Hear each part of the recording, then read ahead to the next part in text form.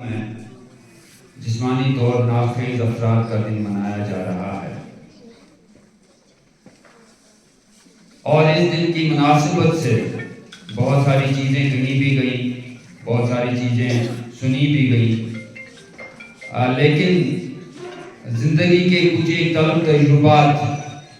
جو مجھ سے پہلے یہاں ایک بچی نے بیان کیے، وہ حقیقت ہے اور وہ حال ہے جسمانی طور سے خاص افراد کا۔ تالیاں بھی آپ نے خوب بجائی، وعدے بھی آپ نے خوب سنے، لیکن جب اس حال سے آپ باہر نکلتے ہیں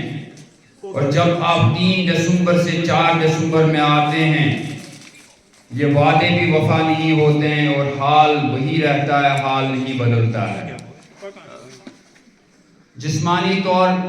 ناخیز افراد کے مشکلات دن بدن بڑھتے رہتے ہیں، لیکن الحمدللہ ہماری صفوں میں آج وہ لوگ ہیں جنہوں نے مثالیں قائم کی۔ میں ذاتی طور سے جب بھی آپ سے مخاطب ہوتا ہوں یا جب بھی مجھ جیسے لوگوں سے میں خود مخاطب ہوتا ہوں، میں انہیں یہ نہیں کہتا ہوں کہ آپ کسی انٹرنیشنل فلاسفر کو پڑھیں جو فزیکلی چیلنجڈ تھا۔ آپ یہاں کی لوکل مثالیں لے لیں، آپ اس محمد شفیع کو دیکھ لیں جو تمام مشکلات کے باوجود بھی زندگی کے اس بہت حسین تحفے سے محروم ہونے کے باوجود بھی زندگی کو جھیل رہا اور زندگی کو جی رہا ہے۔ ہماری صفوں میں ایسے بہت سارے لوگ موجود ہیں جن کو آپ لوکلائزڈ ہیروز بنا سکتے ہیں، لیکن یہ تب ممکن ہوگا جب آپ کی فیملی کا سپورٹ بہت ضروری ہے۔ دیکھا یہ گیا ہے کہ ہماری فیملیز اس معاملے میں سپورٹ نہیں کرتے ہیں، ہمارے والدین فزیکلی چیلنج لوگوں کا سپورٹ نہیں کرتے ہیں، اور جب ہم باقی سیکٹرز میں آتے ہیں، سوشل سیٹ اپ میں آتے ہیں، وہاں حالات اور بھی ابتر ہیں۔ ابھی چیف میڈیکل آفیسر صاحب بات کر رہے تھے کہ ہسپتالوں میں یہ ہونا چاہیے، ایک اسپیشل کاؤنٹر ہونا چاہیے، ایک ٹکٹنگ کے لیے الگ کاؤنٹر ہونا چاہیے،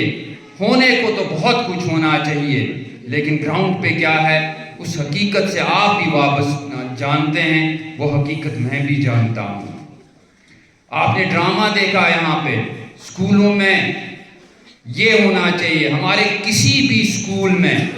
کیونکہ میں محکمہ تعلیم میں استاد کی حیثیت سے کام کر رہا ہوں، ہمارے کسی بھی اسکول میں آڈیو لائبریری کا کانسیپٹ ہی موجود نہیں ہے۔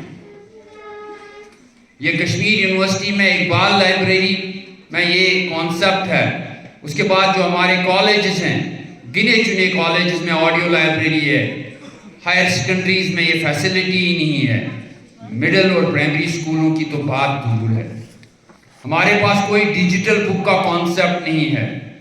یہ بہت سارے مشکلات ہیں، ہونے کو تو بہت کچھ ہونا چاہیے۔ آج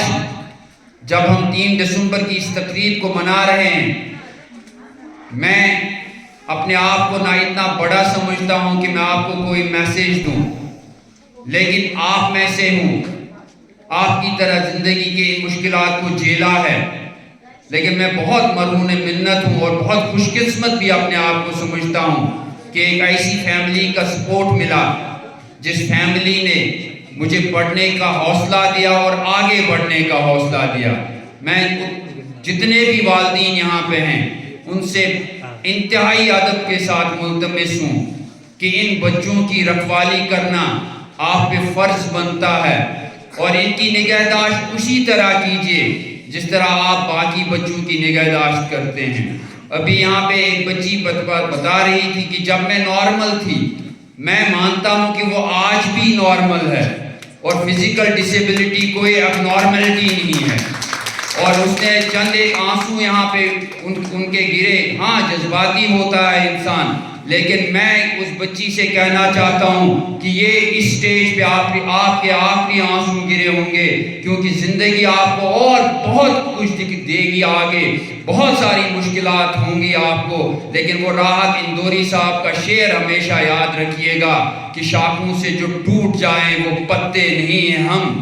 شاخوں سے جو ٹوٹ جائیں وہ پتے نہیں ہیں ہم، آندھی سے کوئی کہہ دے اوقات میں رہے۔ یہ جو میری بچی یہاں پہ تھی، اس طرح بہت ساری ہماری بچیاں ہیں، بہت سارے بچے بھی ہیں جو ان مشکلات کا سامنا کر رہے ہیں، لیکن زندگی لڑنے جھگڑنے کا نام ہے، زندگی آگے بڑھنے کا نام ہے۔ یہاں اس سٹیج پہ جب آج آپ آنسو بہاؤ گے تو زندگی کے مختلف سٹیجوں پہ تو آنسو نہیں، آپ کو اپنی کامیابی کا ڈھنکا بجانا ہوگا۔ میری دعائیں آپ کے ساتھ ہے، اس ہال میں تمام والدین جو بیٹھے ہیں، ہماری دعائیں آپ کے ساتھ ہے، اور میں انتہائی شکر گزار ہوں اپنے بڑے بھائی، اپنے دوست محمد شفیع صاحب کا کہ انہوں نے مجھے بھی یاد رکھا، اور جتنی